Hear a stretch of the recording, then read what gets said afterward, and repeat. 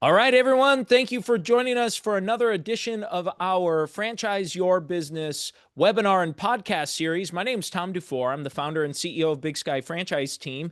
And for those of you that are new or just joining us today, this podcast and webinar is really focused on trying to give you practical tips and suggestions and recommendations on building your business, your franchise system, and similar types of activities. Please, as just some housekeeping items, we have our podcast here, Franchise Your Business, that you can subscribe to the podcast there, as well as our second podcast called Multiply Your Success. That's Multiply Your Success. We'd love for you to subscribe to that and greatly appreciate a review and a rating. Those are always helpful. And lastly, our YouTube channel. I know a lot of folks like to listen and subscribe on YouTube. And so for those of you that like to subscribe, we have over 600 podcasts, webinars, pieces of content ready and available for your listening and gaining some wonderful knowledge from listening and learning. That's the word I was looking for. Learning. There we go. Well, for our topic today, I have with us Skye Waterson. Now, Skye is the founder of Unconventional Organization, an international support service for professionals with ADHD. Diagnosed during her PhD after repeated burnout, she's built a business that helps entrepreneurs and executives with ADHD or suspected ADHD build sustainable systems, scale their companies, and actually enjoy the process. Her approach is science-backed, realistic, and built around how ADHD brains actually work. And I'm so excited to have Skye on our live show. We've actually pre-recorded a separate webinar for Multiply Your Success with some different content that'll be coming out shortly. But I was so enthused and loved the content that you had going on that I thought it may be great just to have you on and talk about some other content. So Skye, welcome. Thank you so much for being here. No worries. Thank you so much for having me. And yeah, I'm excited as well. I am always a big fan of webinars that are practical, that give away a lot of information. So I'm hoping that for those of you who are listening, this is going to be maybe my goal is always the most practical, the most takeaway knowledge webinar that you have ever done. So what we're going to do today is we're going to go through and we're going to get your time back because that is a big part of ADHD struggles. That's a part of business struggles in general. So we're going to jump into that, and I'm going to be giving away a ChatGPT little specific one that you can use at the end that will just do it all for you. So we'll show you how it works, and then we'll give you something to make it really fast, make it really easy. So hopefully that sounds good for everyone today. That sounds fantastic. Can't wait for that. Well, I'll let you take it away then, Skye. Awesome. Yeah, let me just jump in. I'm just going to go ahead and share my screen. I'm just going to send a little request to you, Tom. Oh, there we go. Awesome. Perfect. Just because it's a little bit easier for me to remember everything if I have something I can see. Okay, so we're going to talk a little bit here about what it means to franchise your business when you or your team struggle with disorganization. And, we can have disorganization, we can call it ADHD symptoms, whatever it is. We know from the research that a lot of people who have businesses also tend to have ADHD. So here are some of the struggles. And if you're like, I wonder if that's me, have a listen, see if this is relevant. Struggles with consistency and follow through. Maybe you say you're going to do something and then you don't do it. You have great ideas on a Monday and then on a Wednesday, it's kind of all over. People struggle with identifying the next priority. They wake up, there's 100 things on their list, and this is something we're going to be talking about as well. There's 100 things on their list, and they don't know what to do first. They don't know what order to put things in. That can be a real struggle with ADHD. And if you are running a business, that can obviously be a massive struggle because your to-do list gets massive. There's also missing details in communication. There's a ton of things. There's a lot of people coming at you to say, hey, do you remember this? What's the answer to this? Can you remember this? And you, in the same way, are going, can you remember this? Can you remember that? Like, this is something that a client said. And we're missing those details in communication. Massive struggle. Underestimating how long things will take. We have all been there. We've all set wonderful quarterly goals that turned out to be 2 yearly goals. So this is something that we do all the time. Resisting delegation, and we're going to cover this in more detail today. No systems for delegation. Thinking if I delegate, people are going to see how unorganized my systems are. I'm just going to keep it to myself. I'm just going to do it myself. It's actually easier to do it myself, which, especially if you're doing franchising, is a big struggle that we can have because you need to delegate. And then adding a new exciting idea to an already working system. Sometimes the biggest problem we have is that everything's going really well. But we're like, hey, I'm used to a bit of chaos here. I'm used to a bit of disorganization.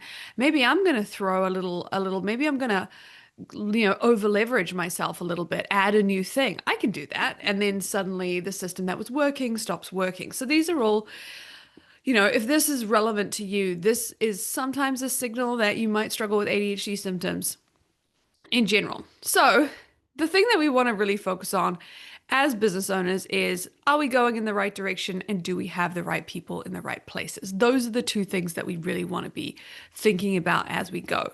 So this is what I teach. I teach focus, balance, growth. I help people who are overwhelmed, not enough time, inconsistent growth. I help them get focused, get their time back, and get scalable, predictable growth.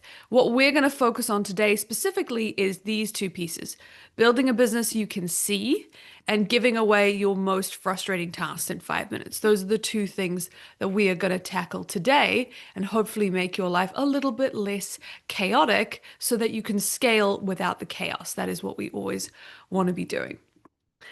Okay, so let's talk about the first one. Seeing the business. What does it mean to see your business? This is something that I feel like a lot of people don't always get a sense of, but essentially when you're talking with ADHD or even with anything, what will happen a lot is you'll get to a point, and maybe you're there because you're thinking, I want a franchise, and this is usually a good version of this point. And it becomes a little bit difficult to understand what is going on in your business. And I've worked with people who have, $65 million businesses and people who have $100,000 businesses. And it's funny how often this is the same struggle throughout. This idea of, okay, eventually at some point somebody told me to write some SOPs. Maybe I made an organizational chart once. Both of those things are gathering dust. None of them are being updated. I don't really know what's going on. I don't really have a solid understanding of when things are happening or how they're happening. And I definitely don't have a cadence with my team, an easy cadence where we can review them as a team and everyone can see them. It's a bit of a, okay, who can we palm this job off to kind of situation. So SOPs are boring. I'm just going to say it, okay? SOPs, systems and processes docs. Some people love them. I have a team member who loves them, but for most people, they're boring. Would you say that's fair, Tom? Would you say people are usually feeling like it's a little Yeah, bit boring? for sure. And there's no doubt. And that's part of the reason a company like ours exists, is because we recognize that for many, documenting processes is not necessarily something they're interested in doing. That's exactly right. Exactly. Exactly. 100%. So we love people who make the SOPs. 100%. They're the best. I have someone on my team who does that. And it's really great because what it stops you from doing is feeling like you're driving faster and faster down a highway with the lights off. And you're like, oh, I'm going fast. That's really cool. But I don't know where I'm going.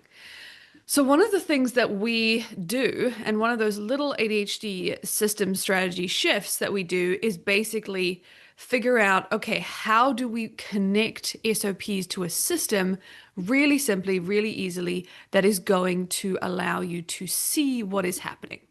So I'm going to show you this, and then I'm going to show you a template of what happens, how this works. Basically, at its core, most businesses are a series of fundamentals. Now, obviously, your business is not. Your business is a special snowflake and probably does something very different. But, if we're talking about it, we have things like every, independent business has acquisition. How are people coming into your world? Lead flow. How are they coming to your thing? Sales. And then retention or expansion, if that's an option for you. Can we retain clients? Can we expand on clients? What are we doing there? So, when we're thinking about acquisition, I've worked with business owners when you look at this lead flow and they say, "Oh, we don't have acquisition. We do referrals," which is a fun thing that I love when people say they do referrals because it means we can really scale your business because you're not doing that. So there's things that we can do, but most importantly, for the purposes of this conversation, what we want to do is we want to see who is in charge of these different things, who is responsible, and then we want to see what is the SOP that that person has responsibility for, and then what color would you give them. So I'm going to show Mm. you a real live example of this. And I actually build this on Miro. So I want, I build these out for business owners and other people, and I show people how to build it themselves. You can just make one on Miro. So I'm going to show you what this looks like right now. So this is an example of how simple and how easy it is to plug your SOPs into a process that just makes it easier to see. And I'll talk in a second about how you can get your whole team involved in this in a way that they don't hate, I promise. So, here's an example of this. So you build out a little pipeline. This is obviously a very simple business. Yours is way more complicated. But if we think about it, how are people finding you? Acquisition. They might be doing paid advertising. They might be doing earned media. I'm doing earned media. I'm coming on this podcast right now. And then how do you lead them to the offer, the nurture sequence, sell by chat, initial calls? Is that automated? Is that working with somebody else? All of that process, we want to have that written into a little visual graph so everyone can see it and everyone is kind of on the same page. Now, the key is here, this person, Will, this fictional guy, this guy is responsible for this area. The amount of times that I have worked with a team and they will say, and Tom, tell me if this has happened to you, they'll be like, it's a team effort. We all chip in. Yes, for sure. Absolutely. Yeah, And 100%. and So, and, yeah. and well, and my point is, I guess where I'm going is, someone will say, yeah, it's a team effort, but then it's like, well, who's in charge of it or responsible for it? Who's assigned to it? It's like, I don't know. Yeah. I think someone was supposed to be, but I don't know.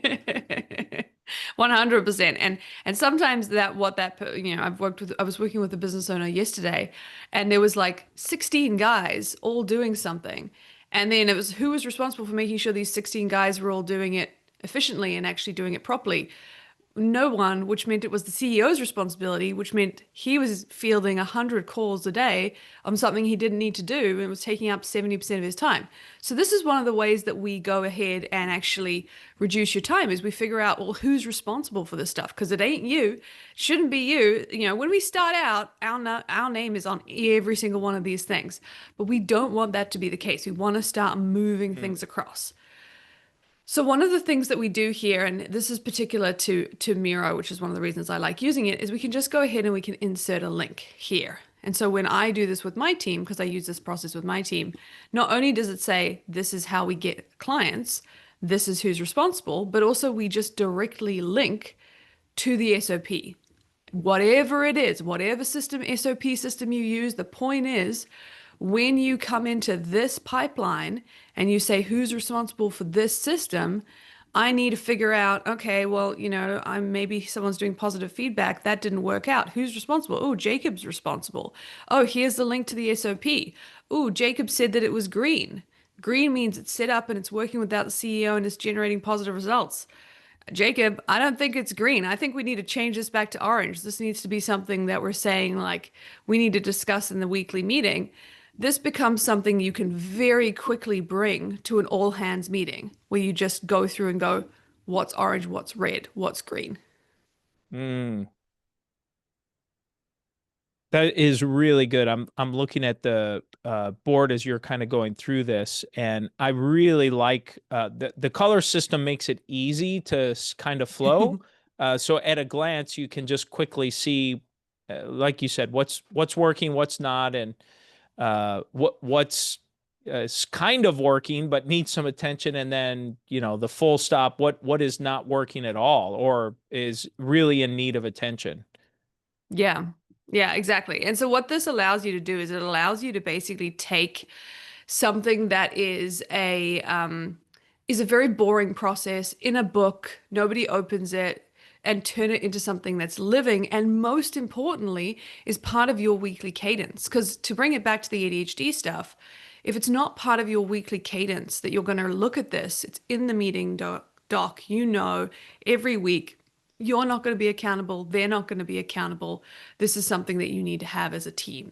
So this is the first thing that I recommend people do when they're looking at how to get their time back is they have to actually see who's responsible for what, where is it going, especially as you start to scale, because these things will start to get lost. And I've seen a lot of businesses, especially businesses with ADHD, that will just drop, the lead flow. And they'll be like, God, these metrics are terrible. I have no idea why. And it's actually, if you come in here, you'd be like, well, that's because no one is doing this little piece here between part A and part C.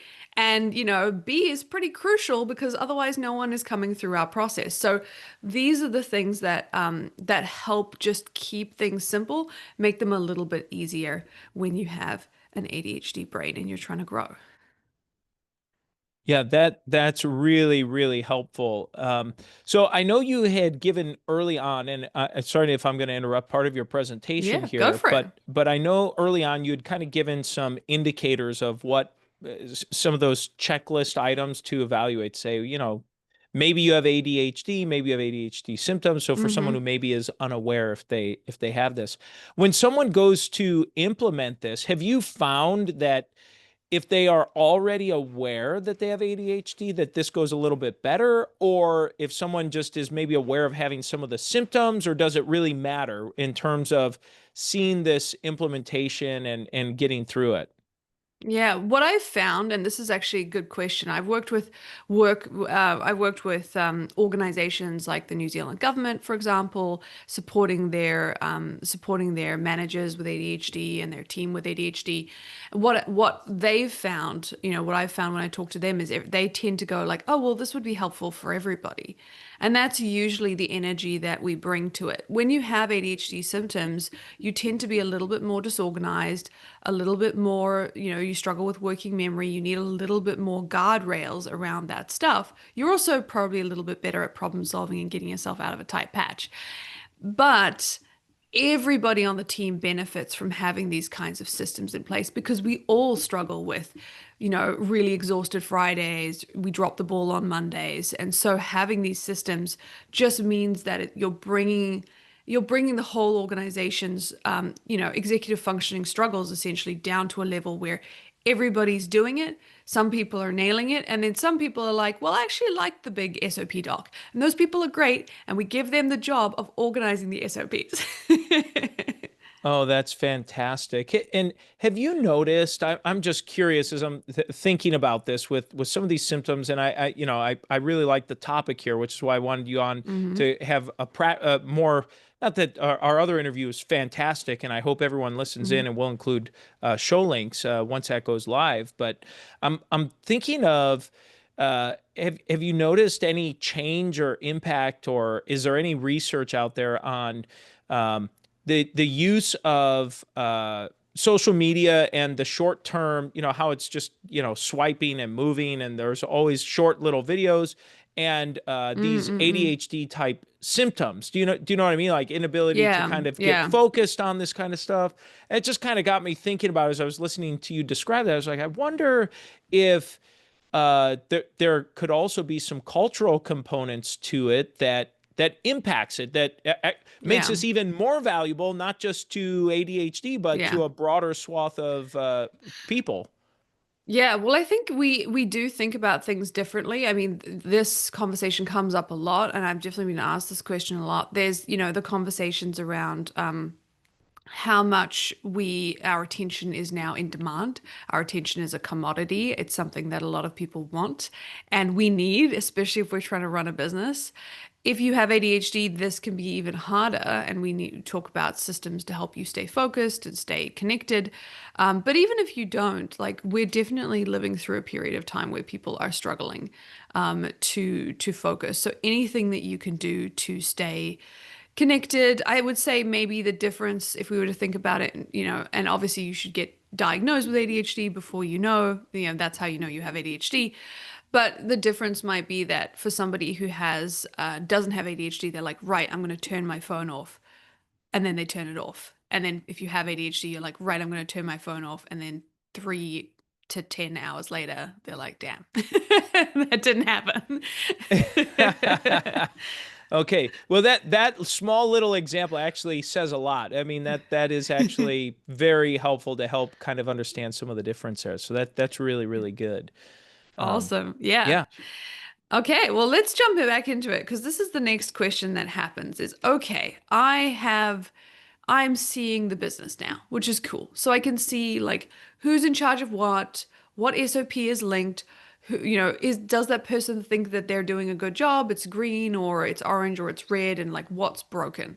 But then the next thing we have is a problem where for a lot of people, they'll be like, oh, well, my name is here and my name is here. And again, like I said, I work with people who make $22 million in business and people who make $100,000 in business.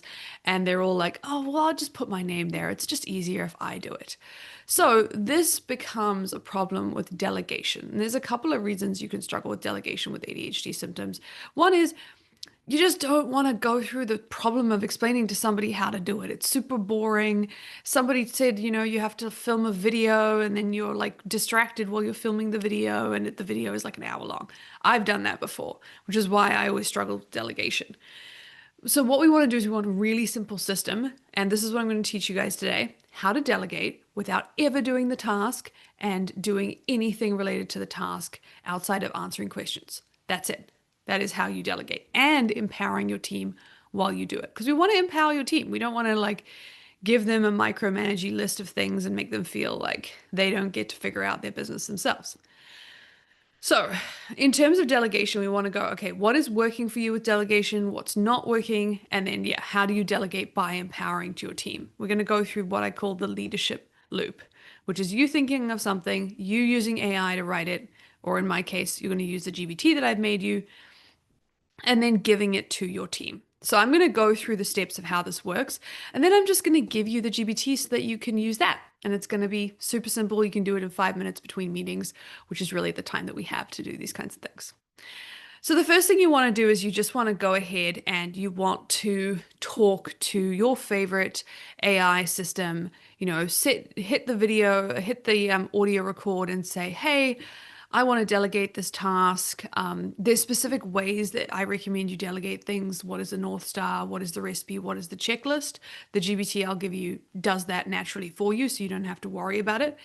But it's very much going through and saying, okay, I don't want to do this task. I don't want to do it ever again. This is what it is. For me at the moment, I'm trying to delegate emails. I love writing newsletters, don't like formatting emails. So I'm trying to go, okay, let's delegate that task. It's in MailerLite, it's in this system. We want to set this up, et cetera, et cetera. So you just talk to your AI and you can get things wrong and you can go, oh, actually, if you go back to the first piece, it says this and I forgot this. And then let it organize your brain. You don't have to organize your brain unless you want to in this particular instance. So let it organize your brain. These are the first things that you want to do. The second thing, this is really, really crucial. I've seen a lot of people fall apart at this stage. Do not, and I see you, do not take that doc that it spits out, put it in a file and say, I'll organize it later. I'll organize it later. And then once it's organized, I'll bring it to the person. Wait a minute, Skye. I thought that's how I'm supposed to do this. I do that all the time. Come on, that's not the right way to do this. What? That's how plans and delegation goes to die because you never come back. You never come back to that. You have the energy to do it now. So what I recommend you do, and if you use the GPT, it'll actually spit out a little message that you can send directly to the person. Go to the place where you communicate with that person and just put in a little message. And like I said, the GPT will do it for you that says, hey, this is AI. I want to delegate this task to you. Like full disclosure, this is just an AI version of the task. Can you please go through this list, try and do the task, and then book a meeting with me, come back with any questions. Now, there's two reasons we do this, and it's more subtle than you think. Number one is if you're in a position where you say, this is AI, then they're going to go through this list with a more critical eye. If you said, this is my list, I spent hours on it, it's basically ordained by God, they're just going to go, okay, Tom, like, I know what you're doing. Like, I'm going to go through this thing. And sometimes they're going to spot some stuff that, shouldn't be the way things are. And so what it allows them to do is it allows them to actually engage with this task that they're going to take on as if it's something that they can critique and they can build on, which is really important if you want someone to take ownership of a task. So number one, you don't have to write out a whole doc. You can have mistakes. It can hallucinate something, and that's totally fine. Number two, they're actually going to care about the list and like look at it properly and critically and not just blindly do something that's completely wrong because you didn't realize on page 3 there was a bit that doesn't make sense. And then the next thing that they're going to do is they're going to book a meeting with you. And if you have an EA, and that's a whole different conversation, then they'll book it through your EA. They have a meeting with you, they record that meeting. Your job is just to sit there for 15 minutes, 30 minutes, however long it needs to be, and say, yeah, that makes sense, or yeah, let me give you access to that thing. The only thing you do is you give them access to stuff that they need if that's something you have responsibility for. Everything else is just you answering their questions. And I can tell you this because I've done it before. There'll be times when they say, it doesn't make sense that we do it like this. I feel like the AI got this wrong. Should we do it in a different way? And you'll be like, yeah, the AI got that wrong. And it's not the AI, it's you. But, they have a cool way to do it. So that's totally fine. And by the end, they have a task list that they're happy with, you're happy with. You just had a 15, 20-minute meeting. That's it. You kept your hands in your pockets. You didn't write anything down. And then from there, they go away, they update the systems and doc, the SOP doc. And now this is their responsibility. That's what goes on the pipeline. Yeah, that's really, really great. I like the process. I like the approach, and the feedback from the team member is really great to have them go out, have him or Hmm. her go out and do it and make it happen and try it, test it, and give you feedback on it. I really like that. That's a great approach. Yeah. It means that by the time you've finished, that is not only can you say this is your baseline, this is like what I expect every time, but also they feel a sense of ownership towards it. And this is something that's really hard to do when delegating tasks, is you might care about the task. And I work with a lot of guys who work in the trades and they have to delegate, and it can be really hard because they're like, no one does it like me. No one understands how to build a house in this particular way with this particular system like me. And a lot of people feel that way. So having a system where you can, without taking up a lot of your time and energy, engage with them so that Mm. at the end of it, they feel empowered and you feel like they care about the task is a real great just booster for your team in general. Oh, that's really, really great. Well, Skye, what else is on your topics here? I want to make sure we have keep that moving for you here, and I don't want to keep Well, interrupting. no, you're all good. Well, like I said to you guys, I'm gonna drop a link here, and I'm sure Okay. they'll be in the show notes as well. This is a little GBT that you can use. You do have to have ChatGPT, and basically, what it'll do is you just need to have it on your phone, click it, start it, say, this thing is annoying me. I want to take this thing off my task list. And then it will do that. It will take the things off your task list. It will write the little blurb, hey, this is AI and da da da. Can you please have a meeting with me? And then it will write the whole checklist as well. So you don't have to do anything. And that's basically, I wanted to give you guys a little bit of a full circle. I really wanted to provide the value today where you could go from, Mm. okay, I'm in chaos. I don't know. I have systems and processes. They're kind of everywhere. I don't know where they're going, and end up in a position where you can see everything, your team can see everything, and you're delegating tasks. Because at the end of the day, that's how you're going to get your time back when you're a business owner. Like we can talk focus, we can talk prioritization, and we do. We talk about it on the podcast, Yep. but you need to know how to do it with your team as well. Yes, absolutely. Well, Skye, this is fantastic. How can people find out more about you if they say, "Wow, I like this"? Certainly, we'll include the ChatGPT link that you described. But how can people reach out, get in touch, and have you support them? Yeah, you can find me at Unconventional Organization. That's where my program is. So we do the Focus Balance Growth Program, which I just showed you a few pieces of today. We take you through a process of getting unstuck and growing consistently your revenue when you struggle with ADHD symptoms. You don't have to be diagnosed. It's totally fine if you just feel like you resonate. And you can also find me on my own podcast, the ADHD Skills Lab, where we go through a lot of these strategies. So yeah, great to have you. Perfect. Yeah, great. And so that's unconventionalorganization.com. And for our American Mhm. audience, it looks like it's organization with an S, not a Z. And then for our the podcast, give that podcast again, and we'll make sure we include that link. Yeah, it's called the ADHD Skills Lab. And I will say you can use an S or a Z for Oh, unconventional organization. great. Most of our clients are in the US, so we Okay, changed it. perfect. Okay, great. I just was looking at my notes here and I wasn't sure. So, okay, great. Perfect. Okay. Well, this sounds great, Skye. Well, thank you so much for being here today, and for all of those that end up tuning in, check out our organization. We'll include the ChatGPT link as well as a link back. And so grateful for you to be here and to participate. We'll have this live and up and loaded here shortly for our guests to watch and share. And so grateful. Thank you so much for your time today. No worries. Thanks so much for having me.